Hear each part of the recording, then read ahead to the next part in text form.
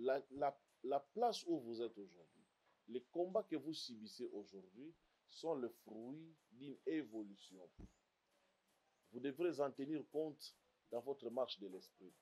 À savoir, quand le combat devient manifeste, il devient visible, il devient palpable, c'est-à-dire qu'il a eu à traverser certaines zones.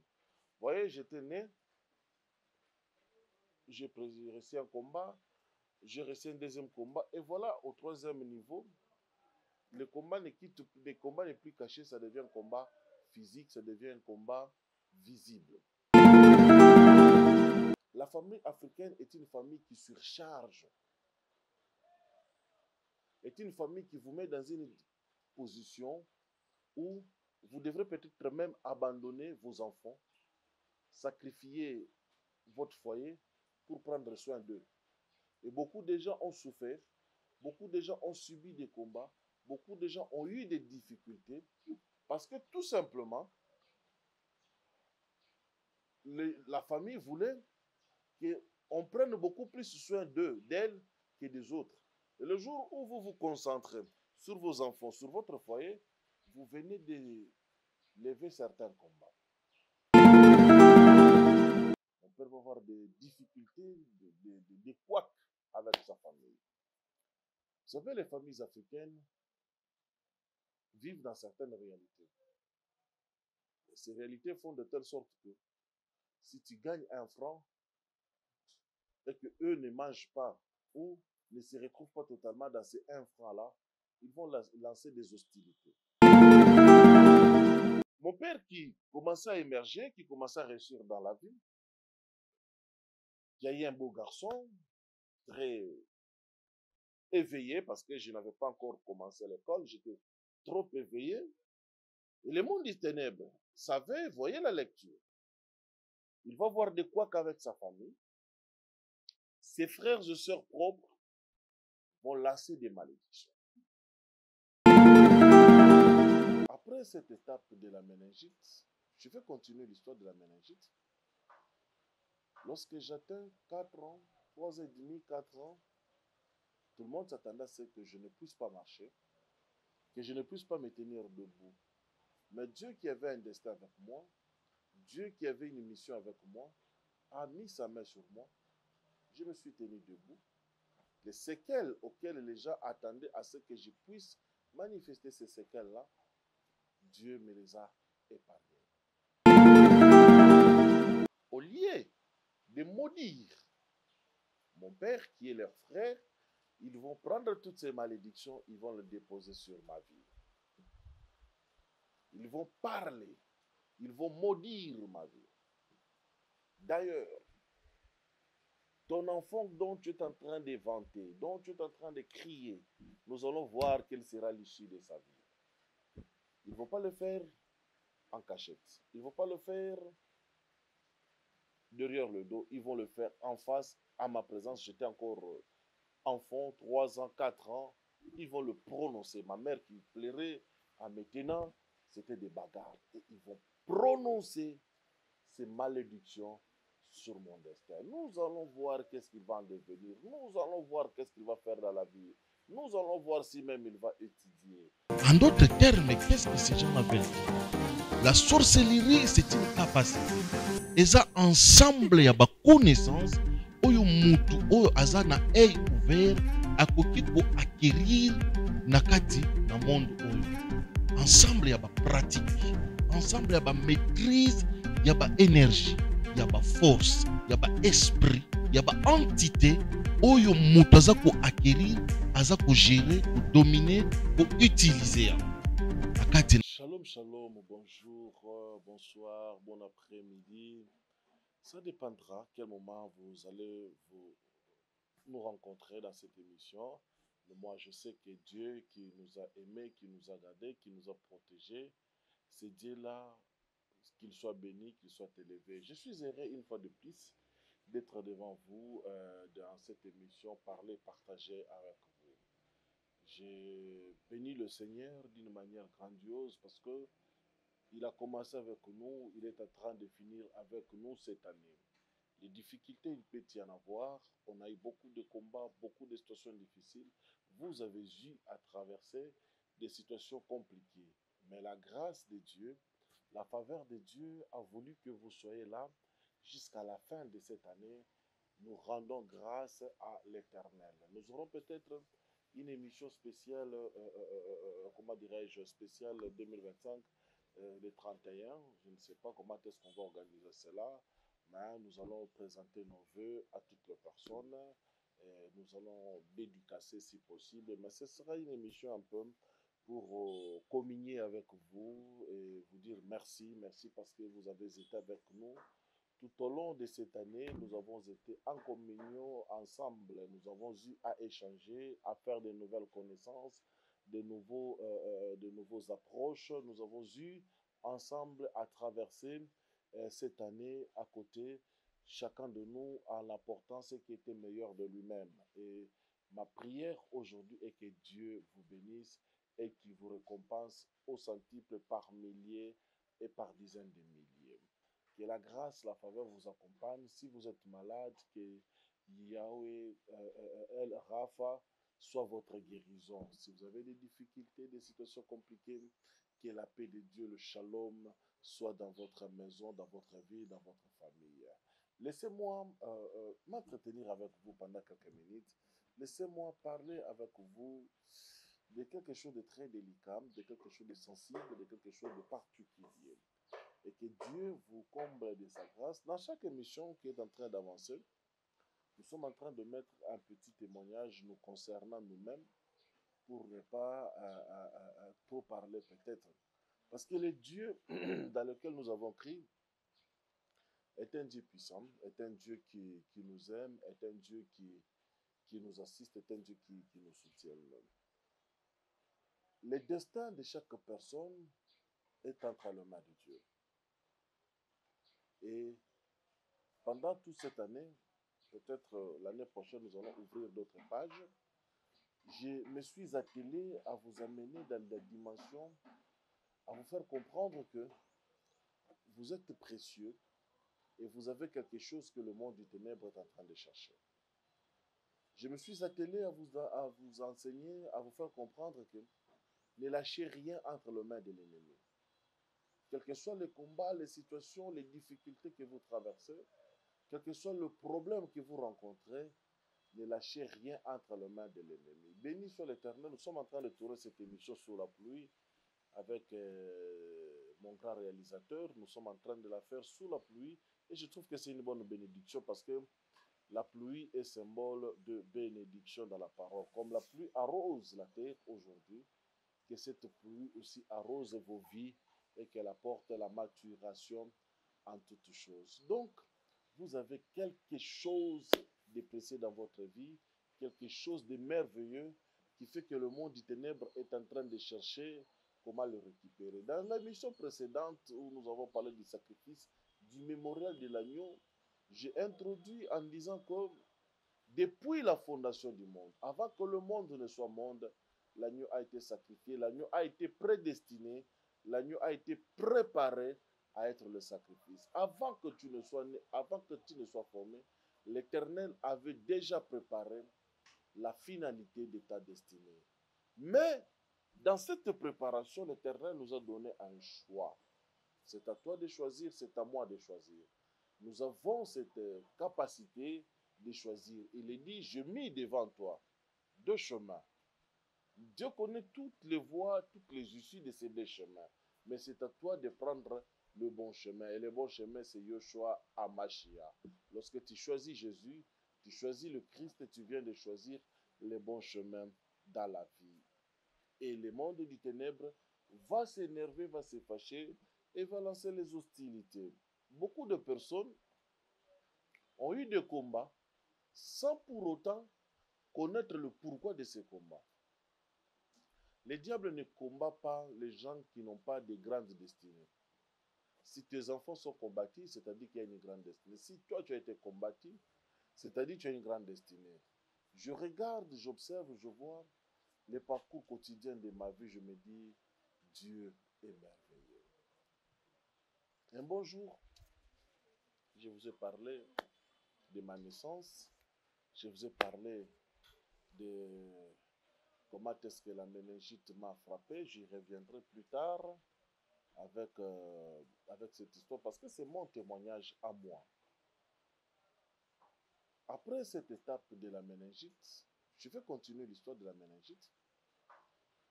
Lorsque j'atteins 4 ans, 3 ans et demi, 4 ans, tout le monde s'attendait à ce que je ne puisse pas marcher, que je ne puisse pas me tenir debout. Mais Dieu qui avait un destin avec moi, Dieu qui avait une mission avec moi, a mis sa main sur moi. Je me suis tenu debout.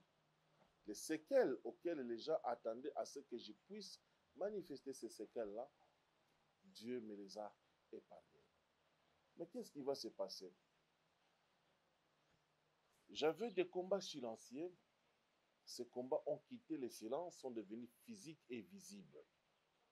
Chaque combat dans la vie d'une personne, c'est l'un des thèmes aussi que j'ai abordé indirectement dans les émissions que j'ai faites cette année. C'était de vous faire comprendre que les combats ont des étapes et des niveaux. Tout ce que vous voyez dans votre vie, j'avais donné un exemple sur un arbre, vous vous réveillez un matin, vous trouvez un gros arbre dans votre jardin, sachez que c'était pratiquement impossible. La place où vous êtes aujourd'hui, les combats que vous subissez aujourd'hui sont le fruit d'une évolution. Vous devrez en tenir compte dans votre marche de l'esprit. À savoir, quand le combat devient manifeste, il devient visible, il devient palpable, c'est-à-dire qu'il a eu à traverser certaines zones. Vous voyez, j'étais né,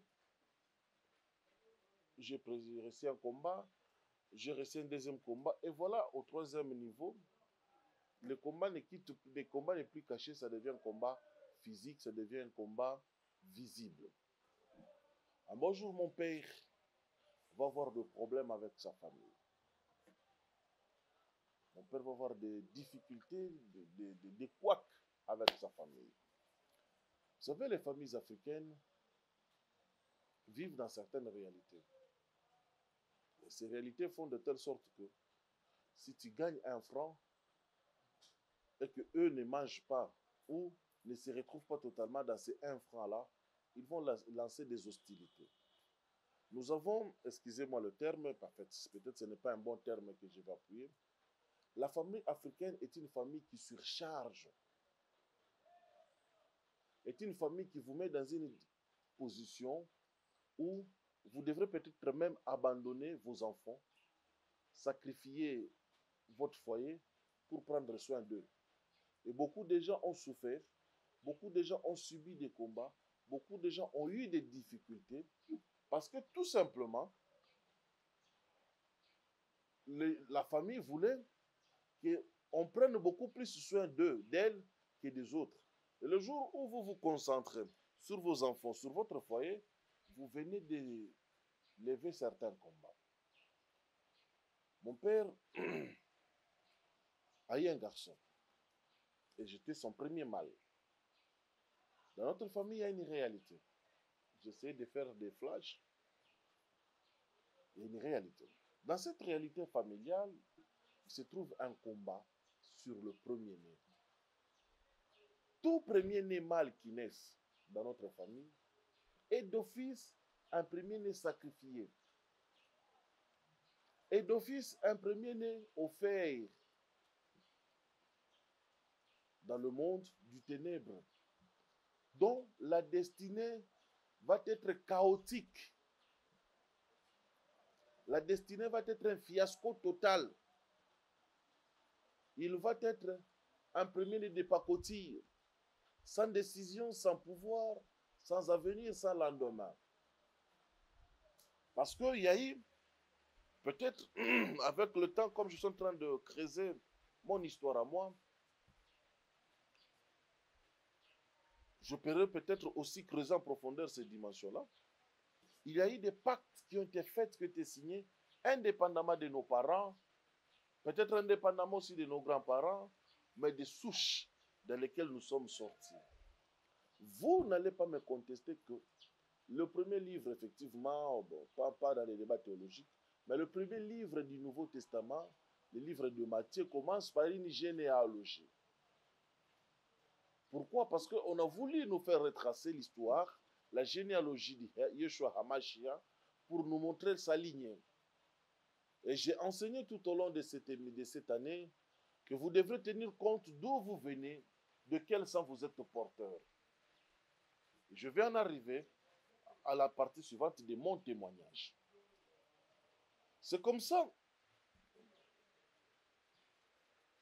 Mon père qui commençait à émerger, qui commençait à réussir dans la vie,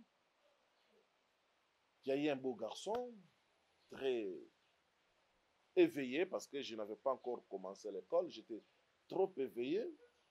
Et le monde des ténèbres savait, voyait la lecture. Il va voir de quoi qu'avec sa famille, ses frères et sœurs propres vont lancer des malédictions.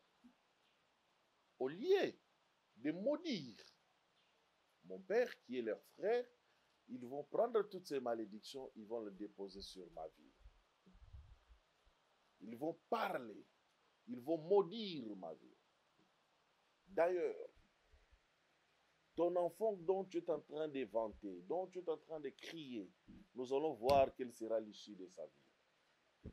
Ils ne vont pas le faire en cachette. Ils ne vont pas le faire derrière le dos. Ils vont le faire en face, à ma présence. J'étais encore enfant, 3 ans, 4 ans. Ils vont le prononcer. Ma mère qui pleurait en me tenant, c'était des bagarres. Et ils vont prononcer ces malédictions sur mon destin. Nous allons voir qu'est-ce qu'il va en devenir. Nous allons voir qu'est-ce qu'il va faire dans la vie. Nous allons voir si même il va étudier. Vous savez, nous venions d'une époque précoloniale, lorsque nous nous sommes nés. À peine on finissait l'indépendance, à peine on venait d'avoir l'indépendance. Le monde n'était pas, le monde a évolué ces 15 dernières années à une vitesse extraordinaire. À notre époque, lorsque nous sommes nés, lorsque nos fils nés, parler le français était un luxe. Dans les villes où nous étions, dans les villages où nous étions, parler le français était un luxe. Mon père parlait français, sa femme parlait français, et dès le bas âge, à notre maison, on parlait français. C'est comme ça, quand les gens venaient chez nous, ils étaient étonnés de voir que nous parlions français. Excusez-moi, permettez-moi, comprenez, j'essaie de vous retracer dans quelle atmosphère nous étions. Nous venions à peine d'avoir l'indépendance. Il n'y avait pas autant d'écoles, autant d'universités, autant que nous en avons aujourd'hui. L'enfant dont tu te vantes, l'enfant dont tu te glorifies, l'enfant dont tu penses avoir un enfant supérieur à tous les autres enfants, nous allons voir quand sera-t-il de son avenir. Ai-je été fautif? Non. Ai-je combattu leur vie? Non. C'est un problème qui concernait des protagonistes et j'en subis les frais. C'est comme Noé, son fils, a eu à voir sa nudité et le père Noé, lorsqu'il s'est réveillé de son ivresse, a largué la malédiction sur son petit-fils. Des fois, nous subissons des combats comme ça qui n'étaient pas le nôtre, mais nous sommes ici de cette réalité et ces portes restent grandement ouvertes et nous en payons le prix. Des fois, tu as été maudit parce que ton père avait fait quelque chose. Des fois, tu as été touché par une situation parce que dans ta famille, quelque chose, une porte a été ouverte. Et cela ne te concerne pas. Tu vas en payer les frais ou le prix. C'est comme ça qu'ils vont lancer cette malédiction sur moi. Et nous allons voir s'il va étudier. Nous allons voir, ils vont parler. Tu te glorifies de ce que tu es, de ce que tu as. Tu nous rejettes, tu nous abandonnes, tu nous laisses à la traîne, tu nous laisses souffrir. Mes chers amis, il faudrait qu'à un moment donné, qu'on se regarde droit dans les yeux, qu'on se dise, il y a des choses, des mentalités qui doivent être brisées, être vaincues en Afrique pour que nous puissions émerger. L'Afrique met les gens dans une servitude pas possible. C'est comme si on te disait toujours de faire le choix entre tes enfants et ta famille. Et lorsque tu choisis tes enfants, c'est des guerres qui commencent. Vous qui me suivez, qui êtes croyants, si nous pouvons aujourd'hui regarder la vie en face et dire, Seigneur, d'abord le mien, je ne dis pas d'abandonner la famille, mais lorsque ton enfant est malade, lorsque ton petit frère est malade et que tu ne peux qu'en sauver un, le choix te reviendra. L'Afrique te dira, si tu sauves ton enfant, tu laisses ton frère mourir, c'est des combats qui vont s'éterniser. Mais lorsque tu sauveras ton frère, c'est ton enfant qui mourra, c'est toi qui vas sacrifier toute ta vie. Nous devons atteindre une dimension de comprendre que quelqu'un, lorsqu'il réussit sa vie, c'est d'abord pour sa maison, ensuite la famille. La famille ne peut pas être le premier à bénéficier de ton dur labeur. C'est ta femme, c'est tes enfants, c'est ton mari, c'est tes enfants. C'est dans ça que je suis en train d'amener les gens à comprendre le combat que nous sommes en train de mener. Parce que les gens qui sont issus de tes entrailles sont prioritaires que tous les autres. Les autres viennent en seconde position. Et ils vont lancer la malédiction. Je vais sauter toutes les étapes de ma vie. Je vais revenir, hein, c'est mon témoignage à moi. Je vais revenir petit à petit. Quand on lance une malédiction, il y a des malédictions qui se manifestent instantanément dans la vie d'une personne. Mais des malédictions qui prennent le temps, des murures, qui vous laissent oublier, qui vous laissent mijoter, qui vous laissent cuire dans cette malédiction, elle va venir se manifester à un moment où vous ne l'attendez pas. On peut te maudire aujourd'hui, tu sors demain, tu dis, oh, il n'y a rien, il n'y a rien, il n'y a rien. Après 5 ans, après 10 ans, la malédiction s'active. Un spirituel ne doit jamais être en aucun cas distrait par rapport aux choses, aux événements. Ils vont lancer la malédiction. Je vais commencer mon école maternelle, réussite totale. Je vais reprendre l'école primaire au fameux collège Imara de Lubumbashi, qui était en ville. Ceux qui ont connu Lubumbashi connaissent le collège Imara. C'est là où j'ai commencé mon école primaire. La première année, en tout cas, c'était waouh. C'était fantastique. La deuxième année, n'en parlons pas. La troisième année, et c'est tout le monde qui criait. J'arrive en quatrième année, tout d'un coup. Quelqu'un qui était considéré comme un génie, quelqu'un qui était considéré comme un phénomène, tout bascule.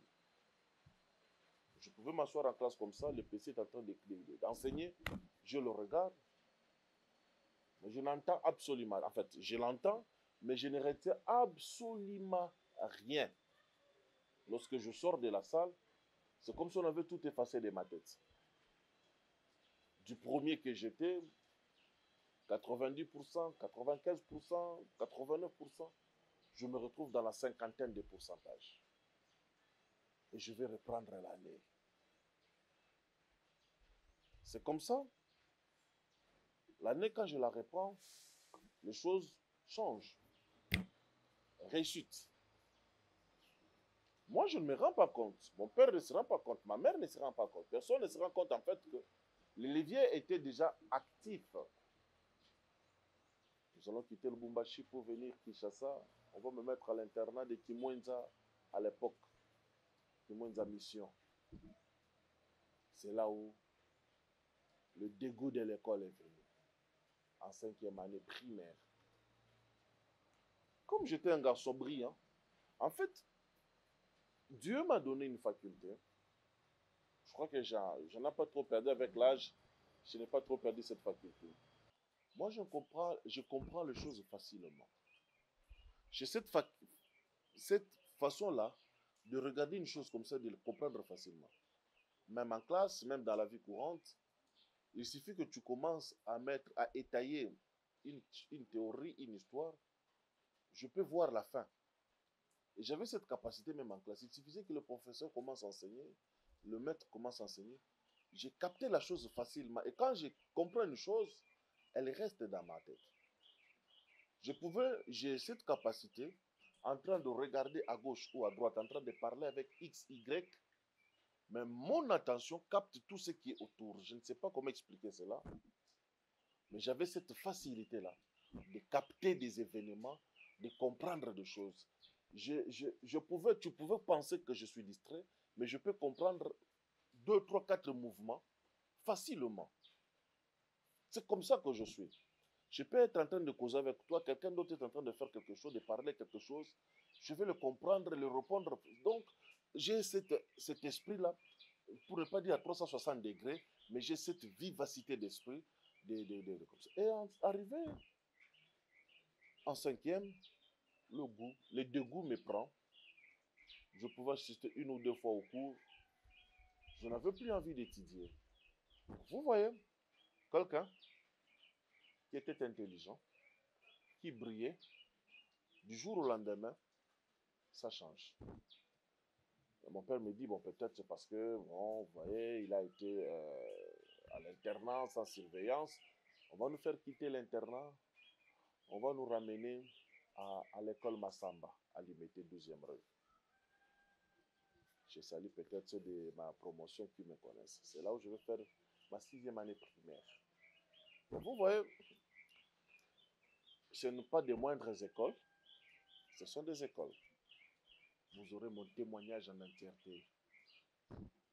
Ce sont des écoles. Et des écoles. Et lorsque nous allons arriver à Massamba, je vais éblouir. Je vais briller. C'est ça, le monde du ténèbre.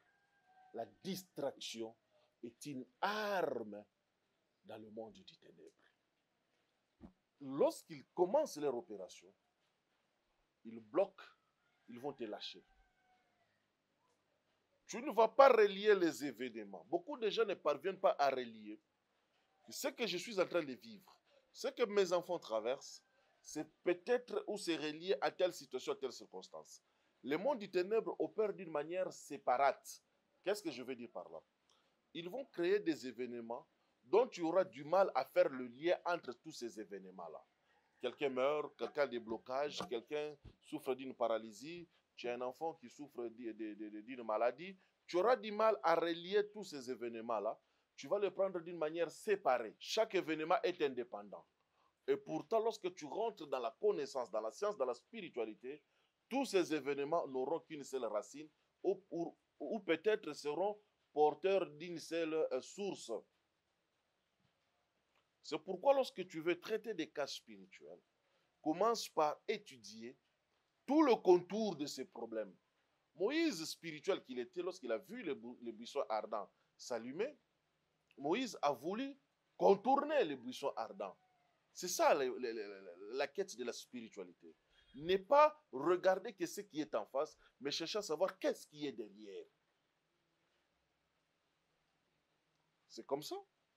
Ce qui se passe dans ma vie, en 4e année, ça a été la dégringolade. En 5e année, le dégoût s'est installé, mais quand même moyennement. En 6e, je rebondis. Donc, on ne peut pas prendre la 4e année, la 6e année, la 5e. On ne peut pas relier qu'il y a un travail spirituel qui est en train de se faire dans ma vie. Vous ne pouvez pas le relier. On se dit c'est l'adolescence, c'est l'enfant, c'est l'enfant, c'est l'enfant, c'est l'enfant. Lorsque je passe en première année, en tout cas, sur 9 mois de scolarité, je crois qu'avoir participé peut-être en 3 mois. Peut-être en 3 mois. C'était le fiasco total. En 2e année, je rebondis encore. Là, pour ne pas dire savant, là, c'était de l'exploit. C'est-à-dire, je viens à l'école le lundi, je viendrai les jeudis, 2 ou 3 fois par semaine, mais les notes étaient extrêmement excellentes. Extrêmement excellent. Extrêmement. Et j'ai développé un petit orgueil. Je me disais, je n'ai pas besoin d'être tout le temps présent dans le cours. Hein, parce que j'ai l'impression que quand je viens, le cours n'avance pas plus vite. Le cours n'accélère pas. Et c'est lorsque je finis ma 2e année que le mal s'est fait voir. Je ne veux plus à l'école. Et j'arrête l'école. J'arrête l'école. Et pendant que je suis en train d'arrêter l'école, le pauvre monsieur, mon pauvre papa qui s'est battu pour nous donner un standing de vie, sa vie aussi est en train de gringoler. C'était des fiascos, c'était des échecs, c'était des problèmes, c'était des situations difficiles, c'était des complications qui venaient de s'installer dans sa vie. Une occasion énormissime pour dire, on n'a plus le moyen de payer pour moi l'école, je vais me chercher. Les difficultés surviennent au bout de 6 mois. De la dimension supérieure où nous étions, il a fallu 6 mois que mon père se retrouve par terre. Quand je dis par terre, ça dit par terre. Au bout de 6 mois, il a tout perdu. Au bout de 6 mois, la vie a basculé. Au bout de 6 mois, tout a changé. Je pouvais manger autant de fois que je voulais chez moi. Je pouvais blaguer, jouer, jeter de la nourriture comme bon me semblait. Je vous raconterai une petite anecdote peut-être un jour. Nous nous sommes revenus un bon matin. On n'avait même pas un pain pour mettre sous la dent. Nous qui étions habitués, on nous appelait des blancs, des petits blancs. Nous nous sommes retrouvés dans une vie misérable. Au bout de 6 mois, nous avons quitté toute la gloire dans laquelle nous étions pour se retrouver avec rien. Tout a été arraché, tout a été vendu, tout a été détruit, saisi, volé, pillé. Comment vous définir cette expression-là, ces calamités-là? Je ne sais pas comment vous les définir. Je ne sais pas comment vous expliquer cela. Où j'ai vu les frères de mon père avec des couteaux nous menacer pour ravir le bien de quelqu'un qui n'est pas mort, de quelqu'un qui est en vie. Les gens se sont partagés l'héritage de mon père comme s'il était mort, comme si nous n'avions aucun droit. Et ça a été des combats, pas spirituels, mais physiques. Le pauvre monsieur me disait, laissez-les, laissez-les. Les grandes guerres que nous allons mener en 2025 seront que l'Éternel Dieu nous délivre de l'emprise et des liens de nos familles. Que les alliances de nos familles, que le poids de nos familles ne pèsent pas sur nous. Ce n'est pas parce que ton oncle t'a fait étudier qu'il doit être le tuteur de ta vie. Tu ne peux rien faire parce que lui, il t'a fait étudier. Ce n'est pas parce que quelqu'un t'a aidé dans la vie qu'il faudrait que tu deviennes son esclave. 1, 2, 3, c'est moi qui t'ai donné la vie. C'est moi qui t'ai amené là où tu es. C'est à cause de moi. Lorsque quelqu'un te dit ces choses-là, c'est de réclamation. Tu ne peux pas parler parce que c'est à cause de moi. Tu ne peux pas parler, tu as grandi chez nous. C'est nous qui t'avons amené en Europe. C'est nous. Lorsqu'il y a ce genre de choses, laissez-moi vous dire, on est en train de te livrer entre les mains du diable. Les réalités spirituelles. C'est pourquoi j'aime Yoshua Mashiach. Je ne peux pas prendre le salut, la vie que j'ai en Yoshua Mashiach, aller la déposer, aller la briguer, aller l'échanger contre la magie, contre l'occultisme. Je suis enceinte de l'occultisme et je me ris de lui, mais parfois ça me fait mal, parce qu'il ne connaît pas le combat que nous avons eu à mener. Il ne connaît pas. Je parlerai de ma vie avant de continuer les enseignements. Les gens ne connaissent pas d'où nous venons. Peut-être nous n'avons pas eu le même parcours. Nous n'avons pas eu le même combat. C'est comme ça. Je vais m'arrêter par là aujourd'hui. Je vais trouver une occasion. Pour moi, c'est avec le temps que je donne ce témoignage, je comprends ceci. Mon père chite, il ne peut plus payer les écoles pour nous. Il ne peut plus nous mettre dans de bonnes conditions. Nous allons nous retrouver dans une maison sans courant, sans eau. Jusqu'à ce que nous ayons quitté cette maison-là. Je n'ai jamais connu la couleur du mur de cette maison-là. Parce qu'il faisait tellement sombre qu'il était impossible de voir la couleur du mur. Une maison dont je ne souhaiterais jamais que quelqu'un puisse vivre là-bas. Lorsqu'il y a la pluie comme ça, vous êtes là en train de chercher qu'est-ce que vous devrez mettre sur le tôle. Lorsque vous êtes de loin, vous voyez de la fumée monter de cette maison. Des gens qui étaient habitués. Moi, j'ai vu, je vous dis, la télévision en couleur, j'étais petit. Je vous parle que je suis né dans l'époque 10 ou 15 ans, ou 12 ou 13 après l'indépendance. Donc il y avait des choses qui étaient lixes, mais chez nous, c'était là. Chez nous, c'était là. Les enfants accouraient pour venir voir la télévision en couleur. J'ai vu les clips de Michael Jackson, Thriller, en couleur, pendant que les gens avaient des petites télévisions noires et blancs. Souvenez-vous, la télévision en couleur, c'est entre les années 70, hein. Dans les années de 73, 74, nous, on avait déjà une télévision en couleur à Lubumbashi. Avec une télécommande. Allez-y voir. Et nous allons nous retrouver dans une situation où on commençait à préparer avec le bois. On allait dans des poubelles ramasser du plastique. Je connais que le plastique, tel que vous le voyez, le plastique allume un feu, pas possible. J'ai appris à grimper aux arbres pour couper des régimes de noix de palme. De la vie meilleure que nous avions, nous nous sommes retrouvés conditionnés dans une situation difficile. La nourriture était devenue impossible. On se réveillait comme ça le matin, on n'a rien à mettre sous la dent. Lorsqu'on n'a rien à mettre sous la dent, chacun devrait sortir pour aller chercher. Vous perdez l'autorité parentale. Vous perdez l'autorité sur les enfants. Ma prière est que Dieu te donne les capacités de prendre soin de ceux qui sont à toi.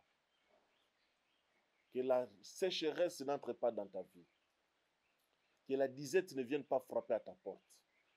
Que l'Éternel Dieu te donne l'autorité parentale afin que tu gères ton foyer. Pas de ressources, on n'a pas de revenus, on n'a pas de valeur. Ce sont des combats que je mène pour que les gens comprennent. Je vais revenir dans la prochaine émission. C'est ainsi que je veux me retrouver en train de travailler comme docker. Docker, c'est qui?